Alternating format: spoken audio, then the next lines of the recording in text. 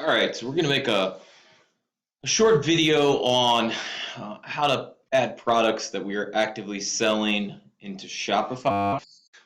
So this video will just serve kind of as a step-by-step tutorial to correctly adding all the necessary information onto our Shopify account so that we can actively start selling these things. A couple different tools you'll need.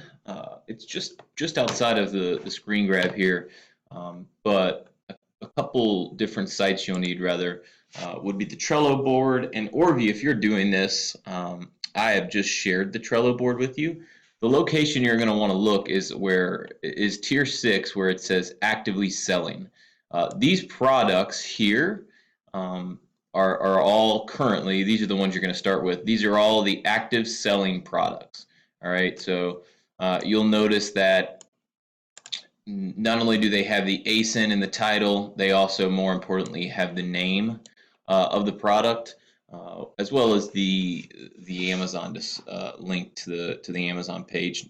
That's not as relevant for Shopify, but if you wanted to somehow utilize that to get some of the pictures that we would ask that we upload here, then that's a possibility too. So again, just a link that might be helpful. I'm not sure. Obviously, there has to be an image of some kind, whether you get it from Amazon and save that image. That's completely and entirely up to you. You could also just Google this particular product on Google, and you would be able to find in the images the appropriate image of this product. So a couple different things. But what I ask, please, Orvi, as you're going through this, and anyone else who is going through this, these products have all been created, but since they've been created, I did want to add a label to distinguish that they are active products.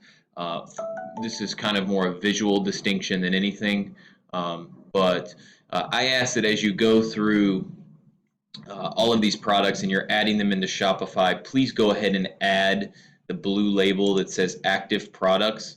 And then furthermore, please make sure that once you have added that particular product into Shopify, that it gets the added to Shopify tag. All right. So for every single product, when they have been added to Shopify and they are done, they should both have a blue active product tag or label and a black added to Shopify label.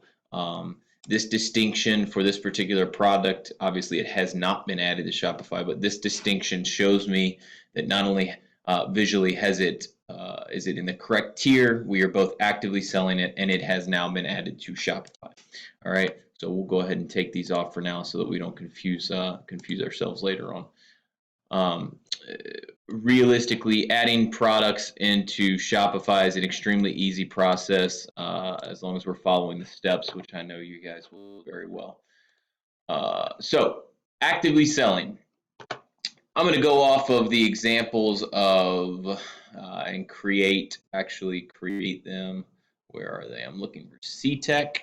Yeah, there we go, towards the bottom. So I'm going to work on these two products, and I'll show an example of these two products. So we'll just bring that up.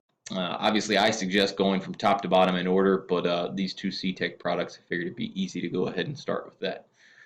The other page you'll need up would be Shopify, and obviously we'll get you a login. Whoever's updating the products in Shopify will have a login access. Shopify, just in general, is extremely simple to navigate. If you hover on the left-hand side over here on the pane, you have Home, Orders, and Products. And in terms of adding products, the only thing you'll need to do is click on Product, obviously.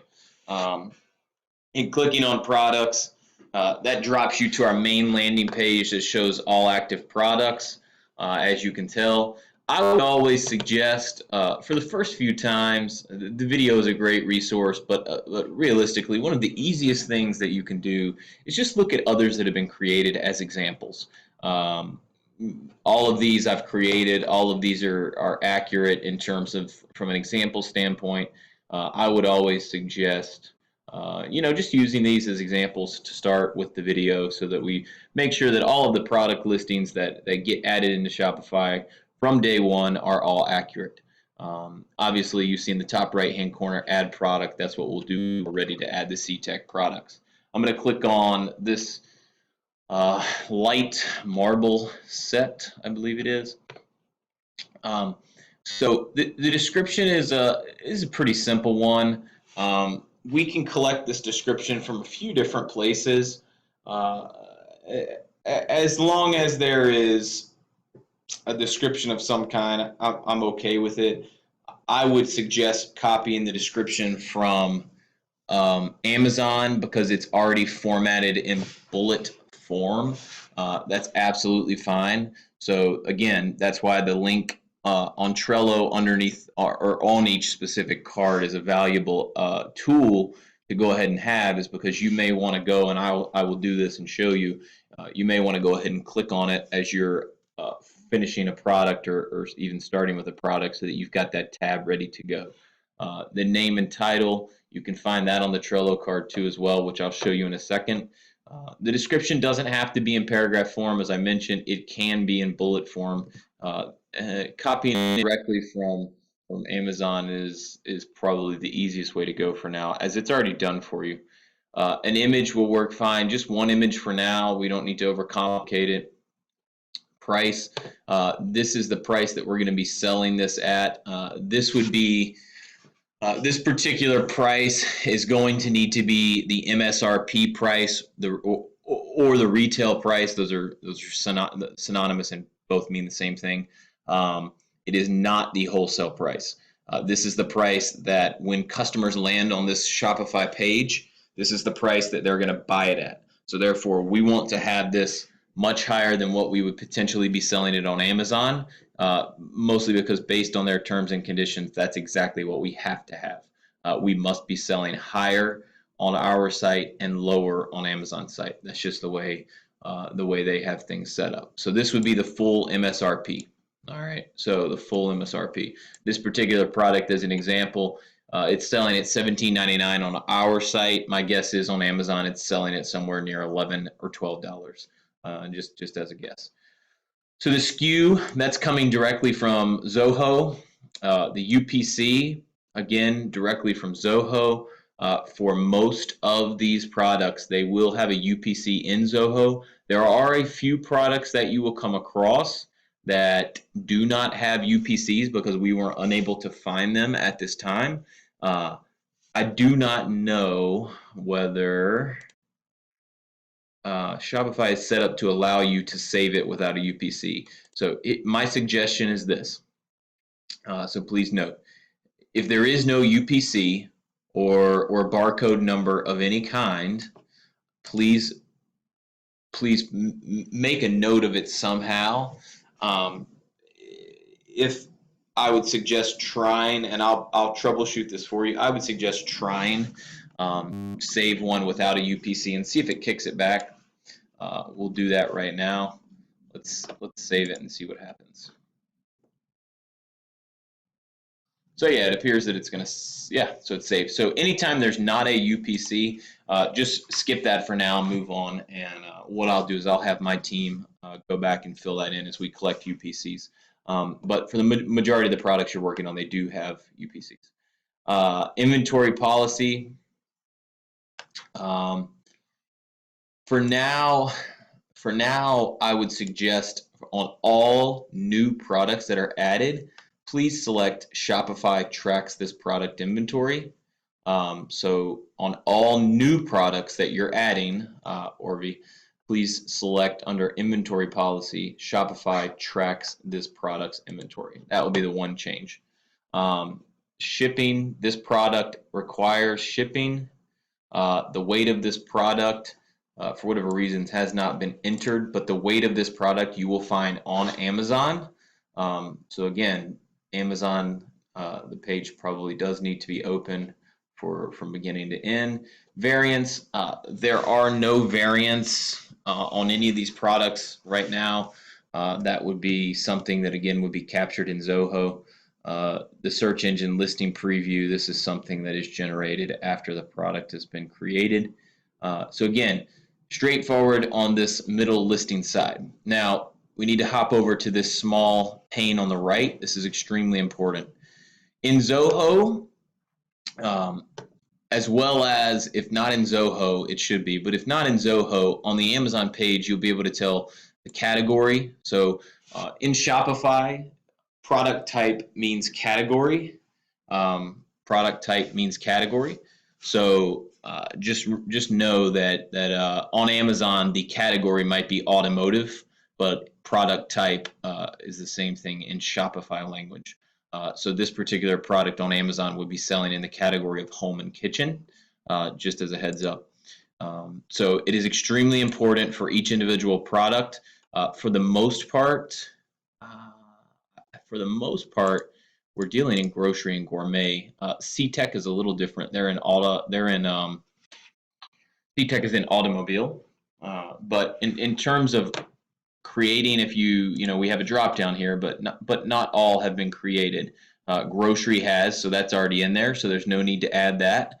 But let's just say for C-Tech and automotive, that wasn't in there, for example. What you could do is literally all you need to do is just type in whatever the new category is as it relates to Amazon's categories. We want to match up with that, and then you would just click, once you've typed it in, click Add Test, and that creates a category. The same thing is true with.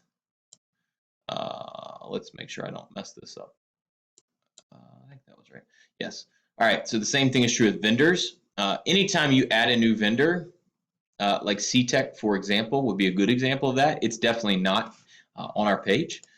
All you've got to do is, first and foremost, for all the new products, I can tell you that they are not here, and probably the majority of products that we're adding will not be here. So you will almost always have to create a new vendor. If I wanted to create one for C-Tech, I would literally type in C-Tech and then again add C-Tech. Okay, so I have noticed over time that once I've created it once, for some reason it does not populate down here until I've used it a few times on a few different products. So again, these two things are extremely important. This is how customers as well as we will be able to find these products on our site, and they are categorized appropriately on our site. So here's home and kitchen is the example of this product. Room Essentials is the brand. As you see there, you can just copy that right out of Zoho. Then furthermore, just to make sure that down here, the tags are pretty straightforward. The tags represent where these products will populate on Shopify. So for a product like this, you can use your best judgment. For a product like this, we created a tag string lights. That way, if anybody types in and searches in Shopify for string lights, they will be directed immediately to this product from the search pane. Lamps and lighting, that's also another category, so that could be used as well. If you're looking to try to figure out what active tabs we currently have, this would be a pretty simple way to look. If you're looking to see if we already have men's grooming, we do. It's important to note that you would need to spell it exactly like this. I don't know the capitalization matters as much, but I think it actually it is pretty important. The system doesn't know how to differentiate. So just make sure anytime you're typing a particular tag, we have to have it typed the exact same way. I would suggest capitalization remaining the same. Any punctuation, like you have the apostrophe here, needs to be the same as well. All right, we'll cancel that for now. Again, the product weight will come straight from Amazon. The pricing will be full retail, and that's the first overview. What I'll do here shortly is I will take you through an example of making a particular product.